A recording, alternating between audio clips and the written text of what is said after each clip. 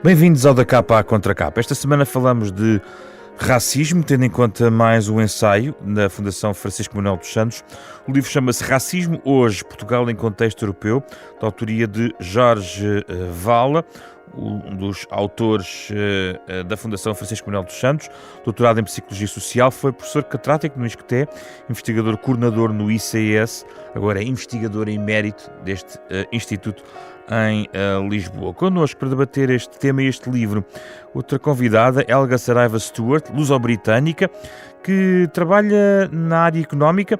Ela é responsável pelos cursos de prospecção e vendas de formação de executivos da nova SBE, fundadora da Lead Results, um centro que promove a excelência na área de vendas e que tem como objetivo ajudar as empresas exatamente neste domínio da sua atividade. Com ambos vamos falar sobre o racismo em Portugal nos próximos 30 minutos.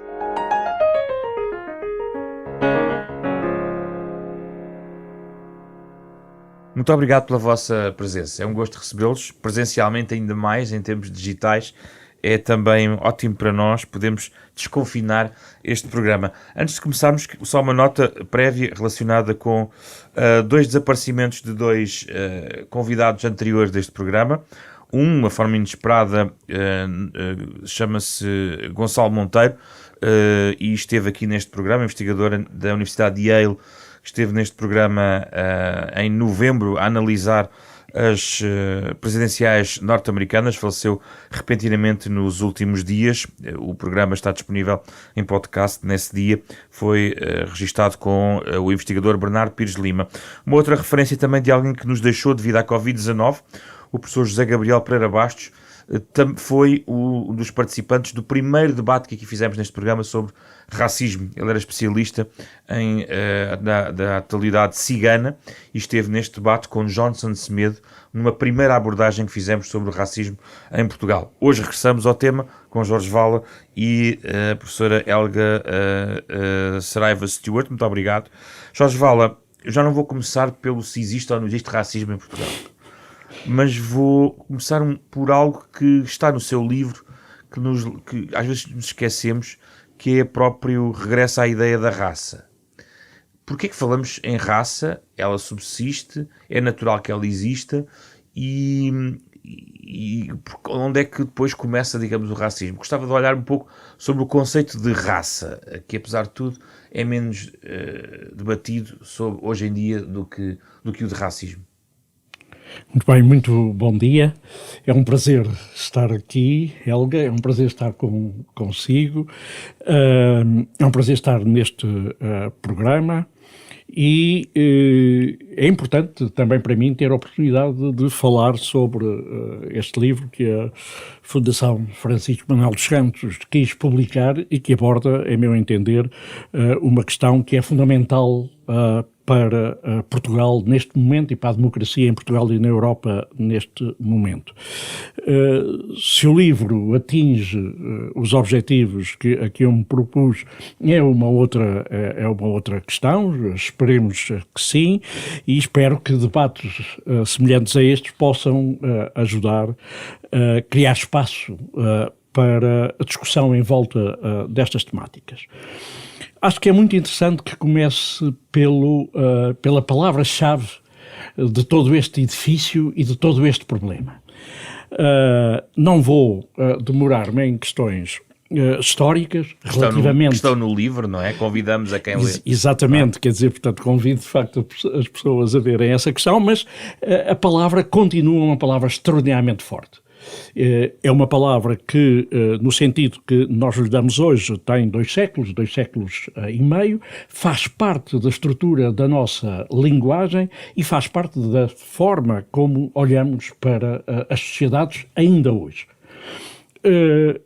Eu desenvolvo essa questão. Nós necessitamos de organizar a realidade para a compreendermos e sentirmos que temos controle sobre ela, sobre nós próprios, sobre a vida, sobre aquilo que nos rodeia e, desde há 2 séculos, pelo menos que a palavra raça é um elemento fundamental nessa forma de compreender o universo. O grande problema que surge com esta palavra é que ela não é um conceito descritivo.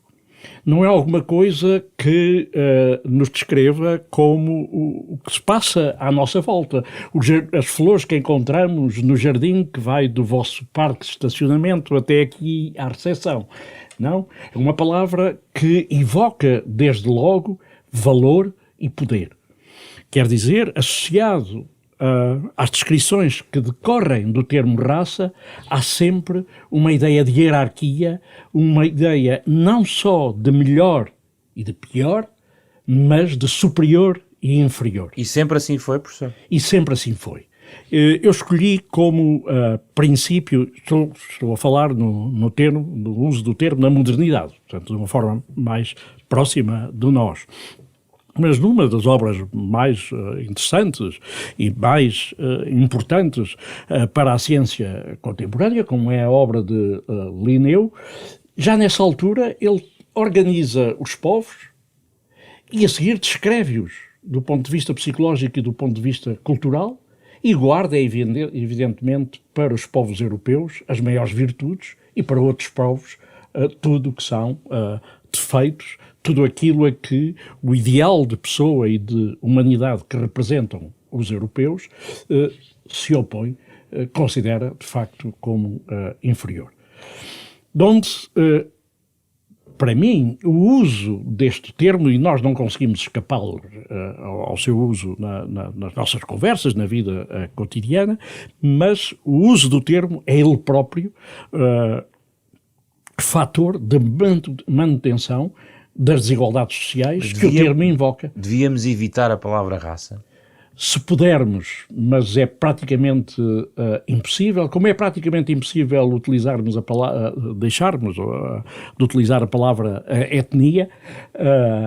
Repare, numa comissão que o governo português criou para estudar a diversidade e as origens das pessoas que neste momento habitam Portugal. Portugal quer assumir-se como uma comunidade homogénea, mas é cada vez mais uma comunidade diversa, formada por pessoas com origens muito diferentes. A comissão que o governo criou chamava-se uma Comissão para o Estudo das Origens Étnico-Raciais. Ora, uma das coisas que fez essa comissão, exatamente, foi produzir um documento em que critica o uso desse termo e construir perguntas que seriam hipoteticamente utilizadas no censo, que está neste momento a correr, que não recorriam, porque não é necessário, ao uso da palavra raça e ao uso da palavra etnia. Helga Saraiva Stewart, há contudo aqui alguns paradoxos nesta discussão. Primeiro, há também um orgulho próprio afirmado por determinadas comunidades em torno de si próprios. Nós, a nossa comunidade negra, nós, a comunidade cigana, nós, a comunidade asiática. Muitas vezes existe esse discurso, até para, tendo em conta as desigualdades que existem em alguns pontos do mundo, obter um benefício que trava a discriminação, a chamada affirmative action, no sentido de recolher benefícios exatamente porque são discriminados na maioria dos casos. E também subsiste um outro paradoxo, que tem um pouco a ver com a investigação académica, é que uma das discussões básicas é se devemos fazer essa discriminação quando estudamos a nossa população. Ou seja, se em matéria, por exemplo, de censos, devemos utilizar esse tipo digamos, de caracterização para podermos melhor conhecer aquilo que estamos a falar. Helga, qual é a sua perspectiva sobre isto? Para mim, boa tarde, boa noite, olá a todos, obrigado por me convidarem para este momento, que é uma enorme alegria estar aqui com o professor Jorge Vala.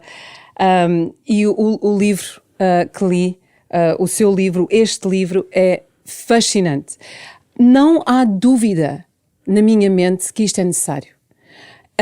É triste que nós estamos neste momento a precisar de ser específicos e concretos em relação a questões como ações afirmativas, mas eu aqui queria alinhar um pouco ao que o Jorge estava a dizer antes. Eu quando leio o livro do Jorge, eu vejo-me numa viagem de autoconhecimento. Eu acho chocante o quão pouco eu sei sobre este assunto, sobre a minha própria raça e sobre a minha própria etnia, e como é que e o alinhamento que isto teve com a história em Portugal. Porquê que na minha mente este alinhamento é tão importante? E aqui alinhado ao que o Jorge estava a dizer um pouco antes. É impressionante, Jorge, o quão pouco nós, a nível de transparência e data, nós temos sobre Portugal e sobre racismo em Portugal e sobre esta jornada especificamente portuguesa. E eu não acho que é uma coincidência. Eu acho que é suposto ser assim. Porque estas ações afirmativas? Dou-vos dois casos bastante abrangentes. O caso de Black Lives Matter. Black Lives Matter acontece porque há uma necessidade de trazer à consciência daqueles que tomam decisões, daqueles que fazem políticas que regem todas as nossas vidas, para uma integração daqueles que se encontram marginalizados e que se mantêm marginalizados. É engraçado como neste movimento do Black Lives Matter, de repente houve uma necessidade de um grupo de pessoas de dizer All Lives Matter. Claro que todas as vidas contam. Não estão a dizer nada de novo. Ninguém está a dizer nenhuma vida conta. Mas é engraçado como este movimento só vem atrapalhar e distrair da causa que é vamos proteger os direitos de um grupo de indivíduos segregados e tratados de uma certa forma por causa especificamente da sua raça. E este movimento de All Blacks, All Lives Matter vem só para distrair dessa missão e para sabotar essa missão. A mesma coisa com o Me Too Movement. A mesma coisa. Não é engraçado como o Me Too Movement houve depois um outro movimento de homens a dizer, que se juntaram a dizer, nós não somos assim. Claro que nós sabemos isso. Nós não sabíamos isso antes. É preciso haver um grupo de homens a dizer nós não somos assim. Claro que nós sabemos isso, mas isso está. Uhum. Mas onde é que entra o orgulho da raça, da própria? É importante, e o Jorge fala disto no seu livro. Eu adorei e adoro Jorge, quando o Jorge aponta para quando é que o sentimento de inferioridade cresce dentro de um ser humano. E começa aos 4, 5 anos. Estou a dizer bem? Sim. 4, 5 anos. Se aos 4, 5 anos as mensagens que nós estamos a passar e a dar nas nossas escolas e nosso currículo é uma de trivialização, falta de transparência, falta de informação. Eu não me lembro de aprender sobre a minha própria história quando eu estava na escola. Eu faço parte desse sistema. O que é preciso fazer na escola, Helga? Eu concordo absolutamente com 2 ações que o Jorge fala no seu livro, que são olhar para as forças de segurança e olhar para a escola. Nós precisamos de evoluir o currículo. Nós precisamos de mostrar, e o Jorge fala, e é impressionante, porque o Jorge tem que recorrer a estudos internacionais, e que recorre bastante, e muito interessantes no livro, para poder exemplificar o impacto psicológico e duradouro e de longo prazo Jorge, que este tipo de influência negativa, de autoimagem, cria dentro das crianças. Eu acho muito importante e iria pegar nesta continuação na pergunta que fez. De facto, o desenvolvimento de identidades fortes a partir, seja da ideia de raça, seja da ideia de cor, é importante como um mecanismo de proteção. Por exemplo, o crescimento do associativismo entre os afrodescendentes em Portugal tem crescido de forma muito significativa, é extraordinariamente positivo. Portanto, trata-se de proteger este grupo e o orgulho que eu sinto relativamente à pertença a este grupo, como sinto orgulho relativamente à pertença a outros grupos. Eu digo a determinada altura que se nos fecharmos numa só dimensão da identidade, seja ela com base na ideia de cor ou outra, isso empobrece-nos. necessitamos, e a nossa vida dá-nos ocasião para isso, de criar identidades múltiplas. Mas a pessoa tinha dito que era melhor não haver era melhor não haver olharmos para a questão da raça. Não é esconder a questão da raça. É não a naturalizar como sendo alguma coisa de inevitável. E esquecer o significado que está intrinsecamente ligado a ela, que é um significado de inferiorização. O que é que estes movimentos fazem? É transformar essa inferiorização, aquilo que é um estigma, num valor. E a esse nível é evidente que é extremamente importante. Em vez de negarem, porque a primeira reação, a reação mais comum de um grupo que é estigmatizado, é negar a sua própria inferioridade. Eu não sou discriminado pela cor, mas eu conheço pessoas que são discriminadas, mas eu, de facto, não sou. Fazem isso as pessoas de origem africana, como fazem isso as mulheres. Negação. Certo. Um outro movimento é este de proteção da minha identidade e da minha autoestima. E é isso que aparece ligado a estas pertenças e às novas, à criação de novas associações. A seguir, resistência. E esse aspecto tem estado a crescer na sociedade portuguesa e é um escândalo. Eu lembro-me só de duas reações. A reação de Marega no jogo... No jogo entre o Vitória de Guimarães e o Futebol Clube do Porto. Futebol Clube do Porto. E a reação de Cláudia, uma portuguesa com origem em Angola... Foi agredida, não é? Que se viu envolvida numa paragem de autocarro. Num autocarro, numa situação extremamente complexa por causa de um passe. E tudo aquilo degenera numa situação muito complexa. Há um polícia que intervém e que aqui era algemar, e ela resiste. Mas no caso de Marega talvez seja também tão grave porque são milhares de pessoas a expressar o mesmo comportamento em público. Certo, mas aí estamos a ver, ele foi objeto de agressão, mas o que eu quero valorizar é o facto de ele ter abandonado o campo. Aqui, o que se trata de abandonar como sinal de resistência e de consciência de que se é discriminado é a resistência desta mulher. E isso não tem sido celebrado, não foi celebrado, foi esquecido, não sabemos o que é que lhe aconteceu. Não. De novo, tudo isto entra no plano e no campo da invisibilidade. Porque não há autocrítica na parte do racismo institucional, ou seja, estou a levar a questão para as forças de segurança, que estávamos aqui a falar. Como é que Jorge Vala vê hoje em dia essa dimensão do racismo em Portugal? É uma dimensão complexa. E vamos começar por dados.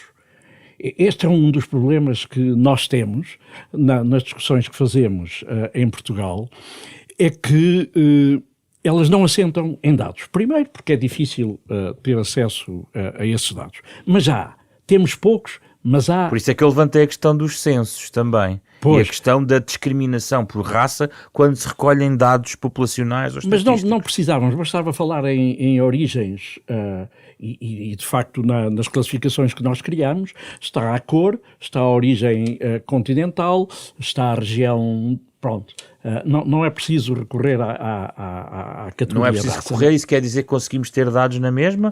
Conseguiremos ter. Ou não quiseram mexer? Não. A nossa proposta, a proposta do grupo de trabalho foi que essas questões fossem colocadas no questionário. Depois, por várias razões, o Conselho Superior de Estatística decidiu que não era oportuno fazer essa pergunta. É outro debate. Voltemos à questão das forças de segurança. Eu penso que a atuação das forças de segurança deve-se estar associada a um problema mais geral, que é a atuação das forças de segurança e dos tribunais criminais. Nós temos, nas prisões, uma hiperrepresentação de pessoas com origem nos países de língua portuguesa, os países africanos de língua portuguesa. Uma hiperrepresentação.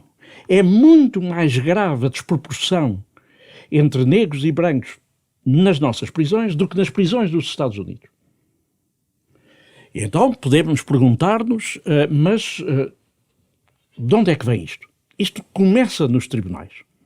Há um estudo que é citado, que está publicado pelo Alto Comissariado para as Migrações, que analisou as decisões dos tribunais criminais em 1997, 2001 e 2006. No conjunto, a autora do estudo, Graça Fonseca, o que fez foi tirar uma amostra aleatória de mais de 2.000 casos e analisar a importância ou não da nacionalidade. Aqui não podemos falar, portanto, os dados não estão registados, tem que ser nacionalidade portuguesa ou outra, na decisão dos juízes. E o que é que se verifica? Que, independentemente do passado, do ponto de vista criminal da pessoa que está a ser julgada, independentemente do tipo de crime, a nacionalidade é sempre um fator importante.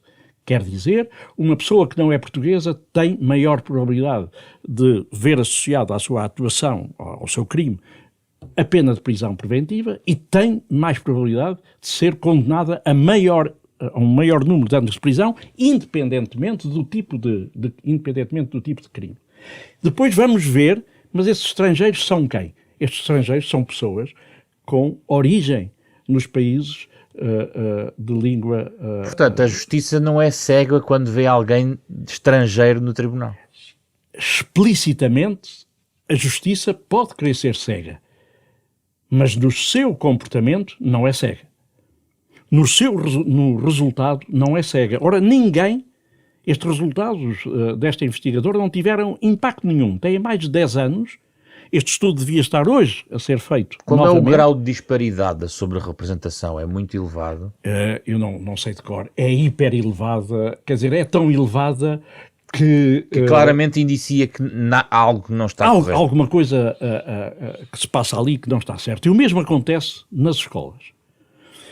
Há um estudo da sua universidade, da Universidade Nova, que analisou os fatores que levam à retenção das crianças no seu percurso escolar. Estamos a falar da escola primária. Temos 6.600 crianças que foram analisadas por essa equipa de investigação e o trabalho está publicado também pela Fundação Francisco Manuel dos Santos. O que é que os autores verificaram? Que, de facto,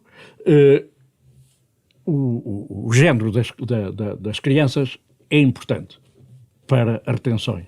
Bom, que o meio socioeconómico, nomeadamente usando o indicador que é o grau de educação da mãe, que é o elemento fundamental nestes processos de aprendizagem, nós esquecemos disso, é importante.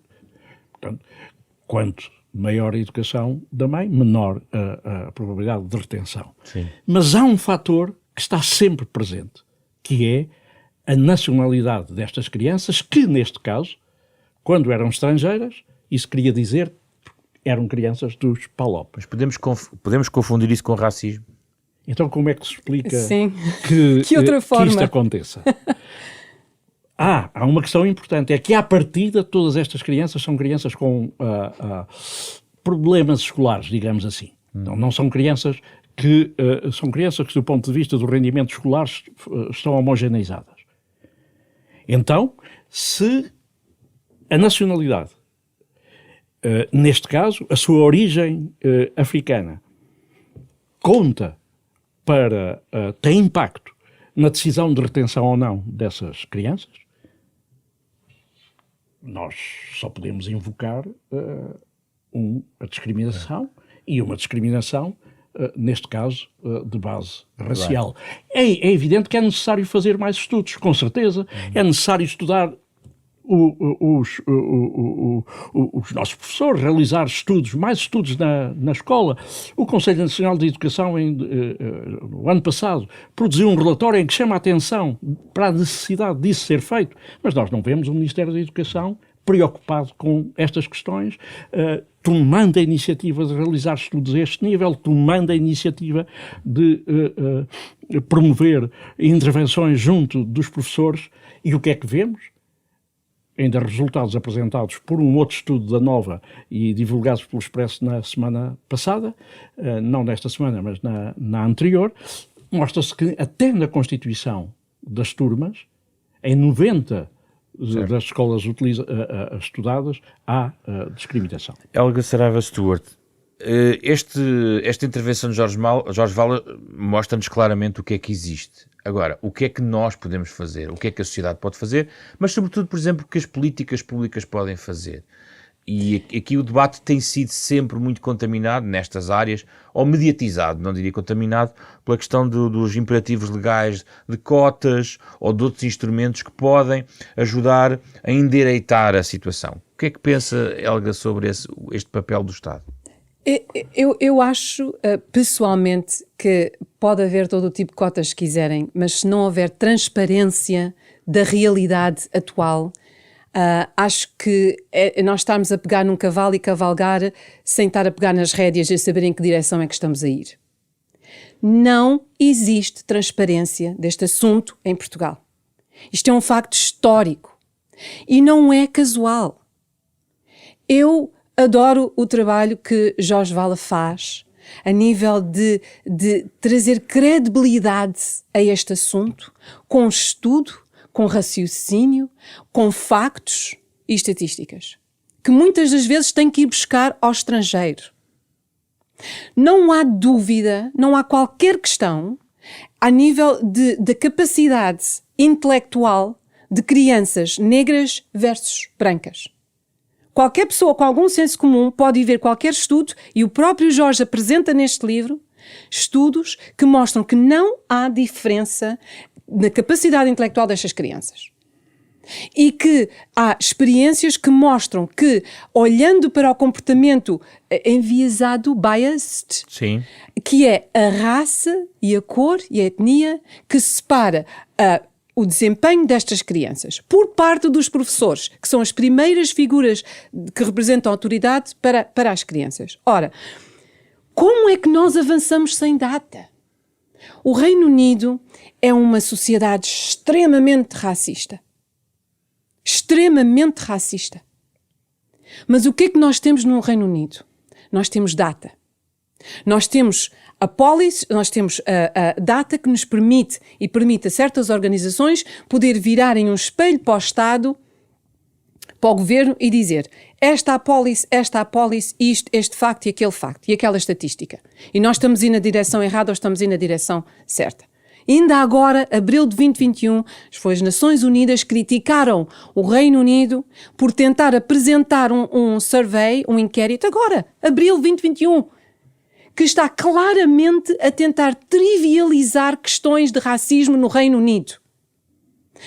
Perguntaste logo no início deste programa, porquê raça? Porque ainda há muita gente a trivializar. Eu ainda agora há poucas semanas, tenho um colega jornalista que me diz que não existe racismo em Portugal. Isto é uma pessoa altamente inteligente. E como ele há muitos. Portanto, como é que nós ajudamos a inovar o pensamento e depois transformá-lo em ações positivas para erradicar, para melhorar este problema? Tem de haver data. Porque estamos a falar de pessoas muito inteligentes, mas pessoas que certamente poderão ceder aos factos e a conversa e a raciocínio sobre esta matéria. Mas na caixa de ferramentas que podemos usar para melhorar a situação, há a dimensão da sociedade civil, da pressão que faz, aquilo que falou, a necessidade de dados para confrontar as organizações não governamentais, mas há também aqui uma grande responsabilidade do edifício, ou seja, daquilo que é estrutural do sistema. Do sistema. E aqui o que é que poderemos contribuir com soluções, com uma ideia base que podia, desde já, dar um sinal sobre isso. Gostava de colocar a ambos esta questão. Jorge, eu não sei o que acha. Eu estou aqui em Portugal há 5 anos. Eu estou por isso que o seu olhar é extraordinariamente importante. Eu estou numa viagem de aprendizagem, digo-lhe, e de descoberta própria. E é fascinante. É fascinante. O caso de Portugal é fascinante.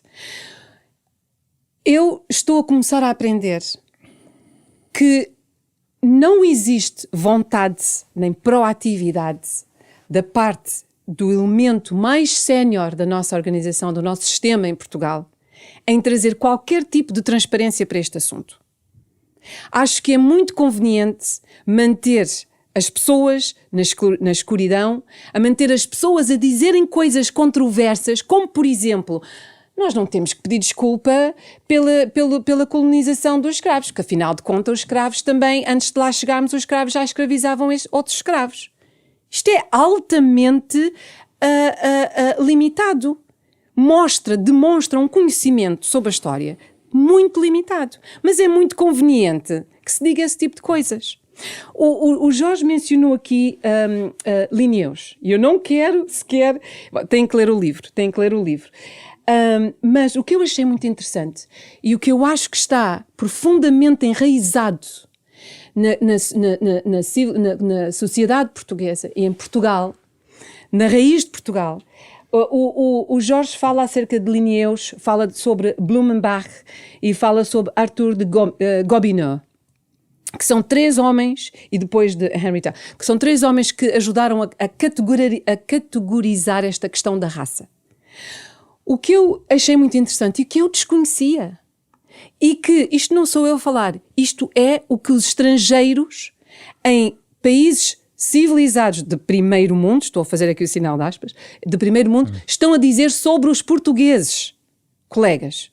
Ok? Isto é o que jornalistas e experts estão a dizer sobre portugueses. Na verdade, a primeira pessoa a fazer uma categorização racial, porque aparentemente, segundo a história, segundo historiadores e conhecedores, e Jorge, adoraria saber a sua opinião, e o Jorge, aliás, até aponta para certos nuances disto no seu livro, que eu adorei.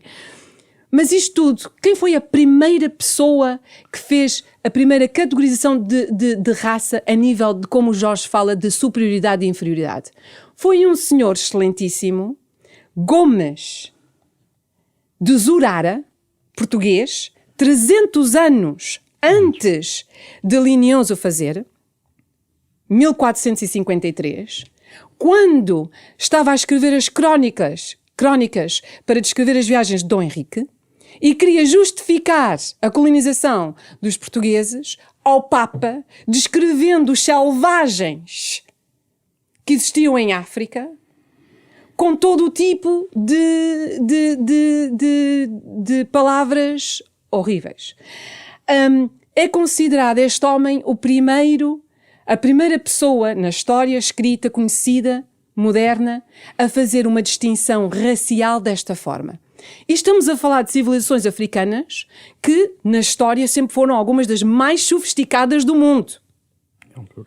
Portanto, não quer e não há, quando nós olhamos para ações do governo hoje em dia, eu acho que é claro que é um governo que tem governado e que governa e que continuará a governar, muito convenientemente, a manter as pessoas, e eu aqui estou a falar as pessoas em geral, não estou a falar só dos negros em Portugal, estou a falar de todos, manter um dedo de ignorância sobre as pessoas. Isto é muito conveniente para o governo e a forma como o governo governa. Jorge manter Vala. As pessoas ingênuas e incultas. Políticas públicas, racismo institucional, digamos assim. É isso que eu gostava de ouvi-lo agora. Então, já foi referido, e foi referido por mim, foi sublinhado pela Helga, que há provavelmente 2 zonas fundamentais onde necessitamos de políticas públicas ativas: o domínio da educação, o domínio dos tribunais e das forças de segurança. Mas há questões mais gerais que nos podem ajudar a ultrapassar esta situação presente. O governo... Deixa-me só sublinhar rapidamente. Diga. Na educação e nas forças de segurança, as medidas têm a ver com a sensibilização, têm a ver com a penalização de comportamentos em particular. No concreto, o que é que nessas áreas em particular? As coisas têm que ser estudadas e têm que ser adaptadas a cada uma das situações. Não são as mesmas medidas no âmbito do ensino que podem ser aplicadas no domínio da formação dos agentes dos tribunais criminais ou no domínio da formação das forças policiais. Elas têm que ser pensadas e têm que ser pensadas até com as próprias forças de segurança, com os próprios agentes dos tribunais, com os próprios professores. Mas para isso, como se disse, são necessários dados. É uma das coisas que necessitamos, efetivamente, de dados. Neste momento, o Governo criou uma comissão para construir um plano de luta contra o racismo. Esse plano está em discussão pública. tem medidas extraordinariamente interessantes e, digamos assim, que não ferem, se assim se pode dizer, quem dispõe de dados e sabe que estamos perante um problema grave. Vão ferir, com certeza, as pessoas que dizem não, de facto, em Portugal não se passa nada, nós até somos extraordinariamente cordiais, e é evidente que há pessoas mal educadas, mas pessoas mal educadas há entre os negros, entre os amarelos, entre os brancos, etc. Bom, mas não há nada de estrutural. Há de estrutural, e há de facto alguma coisa que se passa a nível estrutural e que nós necessitamos de conhecer melhor e que o Governo afrontou, criando um grupo de trabalho que faz propostas que, por exemplo, não passam diretamente pelas cotas, mas têm medidas paralelas criativas. Há muitas medidas interessantes neste plano. O problema deste plano é que não tem uma priorização das medidas, não tem um plano de avaliação de execução das medidas e não tem um plano de avaliação dos impactos. Mas, ao definir, por exemplo, vagas para territórios carenciados, está, de certa maneira... Não. É como hoje acontece. Não. Mas permite contrariar, permite ajudar as pessoas que ficam para trás, não? Permite ajudar as pessoas que ficam para trás. Mas o que eu acho interessante na proposta que foi feita por este grupo de trabalho é que não vamos mexer, não vamos dar uma parte de números clausos às pessoas que vêm de territórios desfavorecidos e que têm o estigma de serem descendentes de africanos ou de serem ciganos.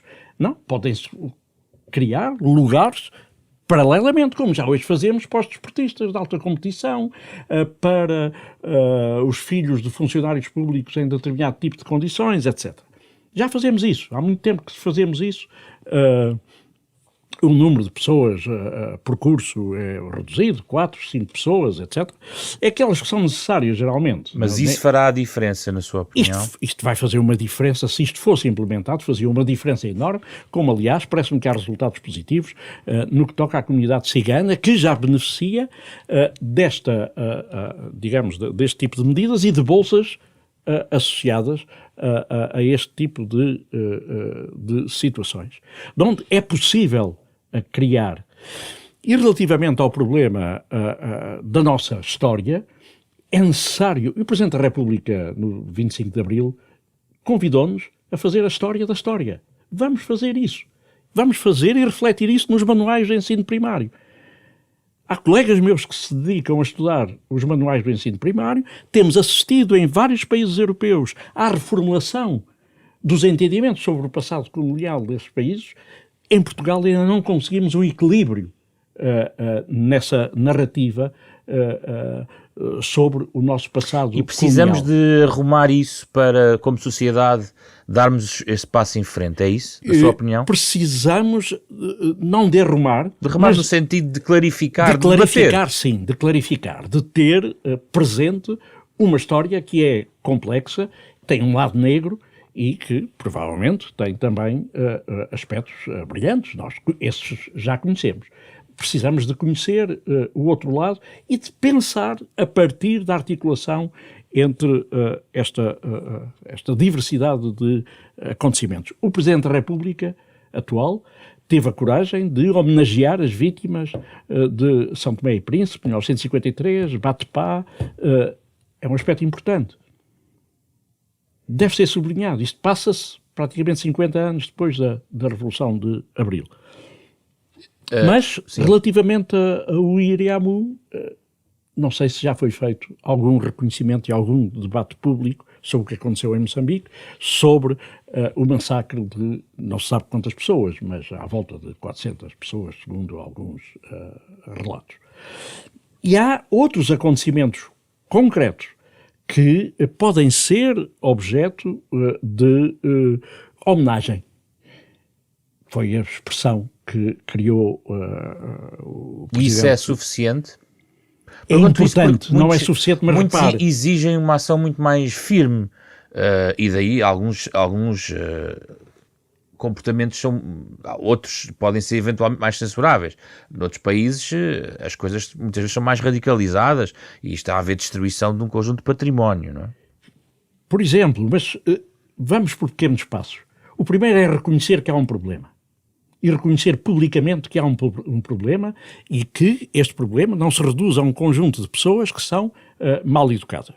Quer dizer, não é uma questão de má educação, é uma questão de concepção da sociedade organizada por este princípio de hierarquia em que se aceita a dominação e a ideia de inferioridade de um relativamente ao outro.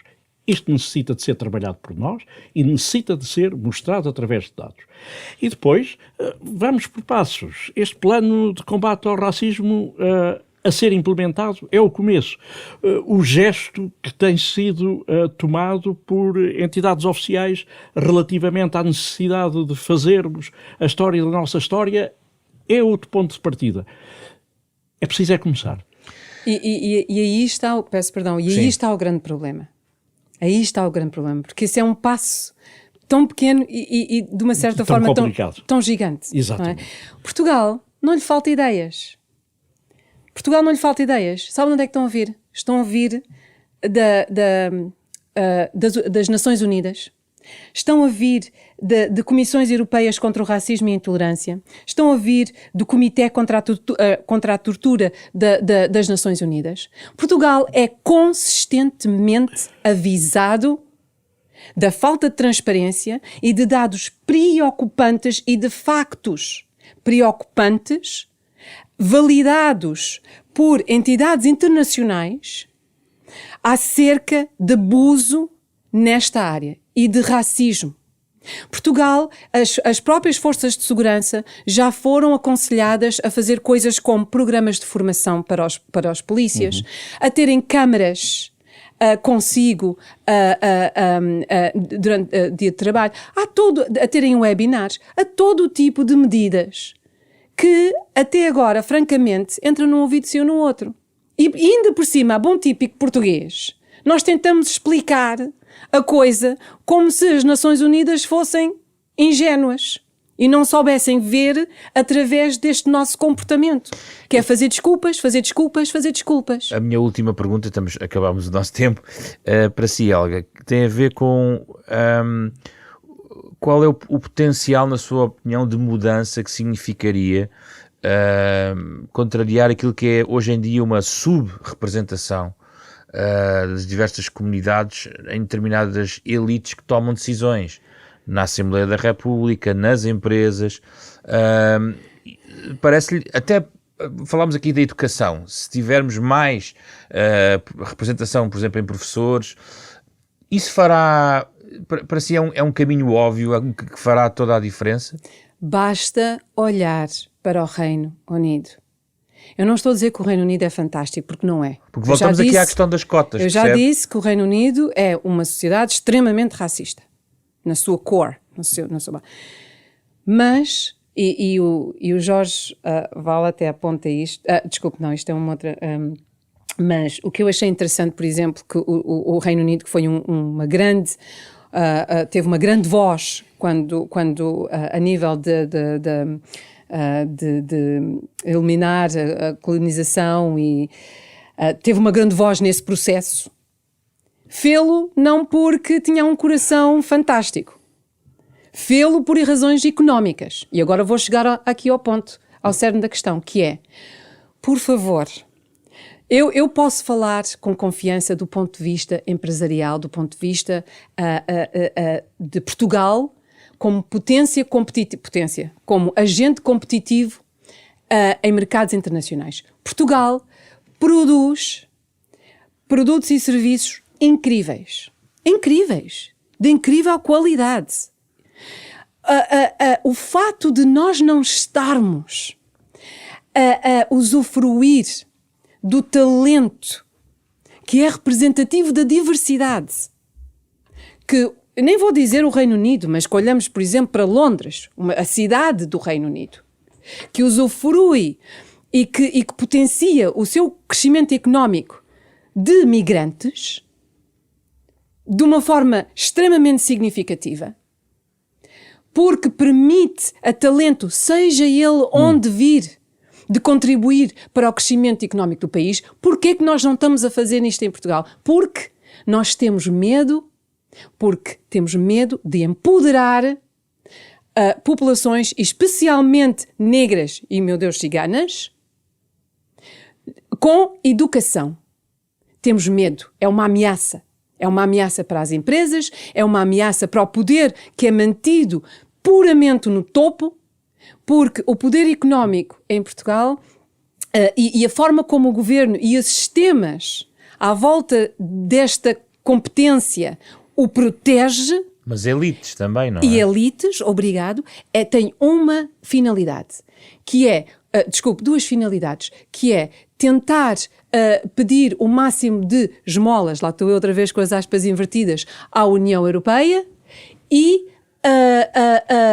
tentar take the cream off the top, como nós dizemos no Reino Unido, e tentar, não sei como é que se diz, mas comer, take the cream off the top é quando se tenta só tirar, digamos, extraviar o máximo de rendimentos para o próprio bolso, por parte de indivíduos, que muitas vezes são até os donos destas empresas. Portanto, muito diretamente, o que nós podíamos estar a aproveitar, talento proveniente de jovens estrangeiros que vão potenciar as nossas empresas para serem mais competitivas. Só nisso, eu pessoalmente vejo uma justificação para fazermos algo, nem que seja um pouquinho, sobre este assunto.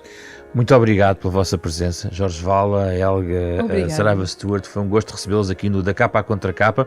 Este debate é um debate partilhável através das plataformas digitais, em podcast, e portanto poderá ouvir de novo na sua versão integral esta conversa que estivemos a propósito deste novo livro editado pela Fundação Francisco Manuel dos Santos, parceira da Renascença, neste programa Da Capa à Contra Capa, com o genérico original de Mário Lajinha e esta semana com Carlos Vermelho, André Peralta, Ana Marta Domingos e José Pedro Frazão. Regressamos na próxima semana com outro tema em debate.